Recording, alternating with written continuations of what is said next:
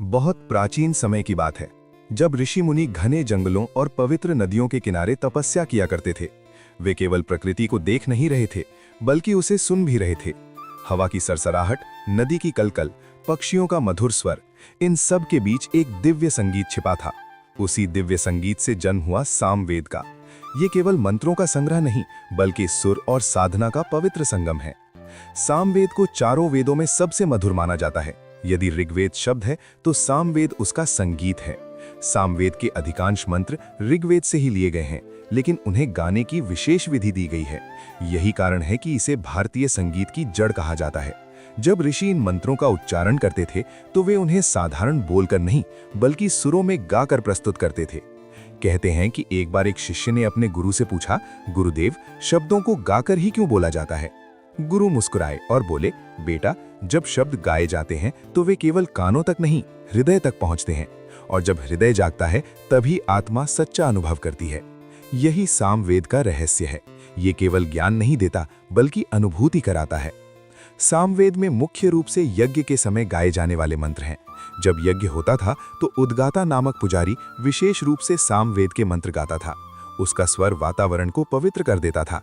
अग्नि की लपटें, घी की आहुति और गूंजते हुए मंत्र, ये दृश्य आध्यात्मिक ऊर्जा से भर देता था। ऐसा माना जाता था कि सुर में गाया गया मंत्र देवताओं तक जल्दी पहुंचता है। सामवेद हमें ये भी सिखाता है कि ध्वनि में अपार शक्ति है। आज भी हम देखते हैं कि संगीत मन को शांत कर देता है, क्रोध को कम कर देता है और दुख को हल्का कर देता है। यही बात हजारों वर्ष पहले ऋषियों ने समझ ली थी। उन्होंने जाना कि सही स्वर और सही भावना के साथ निकला हुआ शब्द वातावरण को बदल सकता है। भारतीय शास्त्रीय संगीत के 7 स्वर सा, रे, गा, मा, पा, धा, नी, इन्हीं की जड़ें सामवेद में मानी जाती हैं।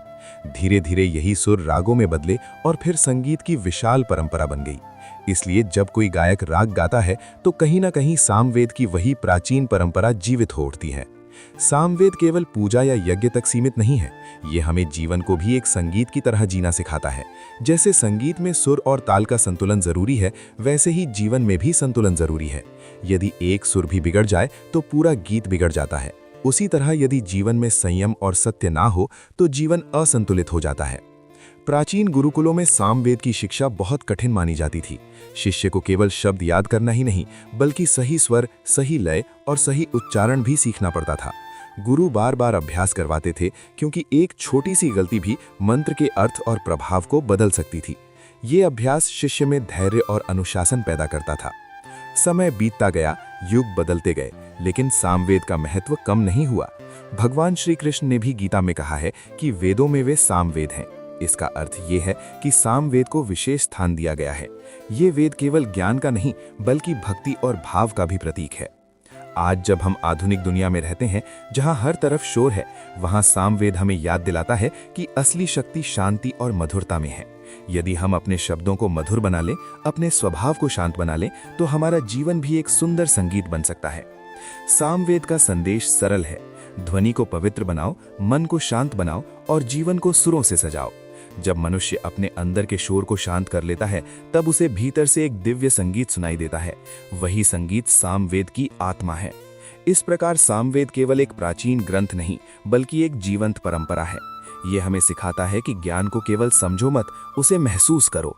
शब्दों को केवल बोलो मत, उन्हें सुर में ढालो। जीवन को केवल जियो मत, उसे एक मधुर राग की तरह गुनगुनाओ। और शायद जब अगली बार तुम कोई भजन, कोई मंत्र या कोई राग सुनो, तो याद रखना, उस मधुर स्वर के पीछे हजारों वर्ष पुराना वही सामवेद आज भी गूंज रहा है, जो मानव हृदय को शांति और प्रकाश की ओर ले जाता है।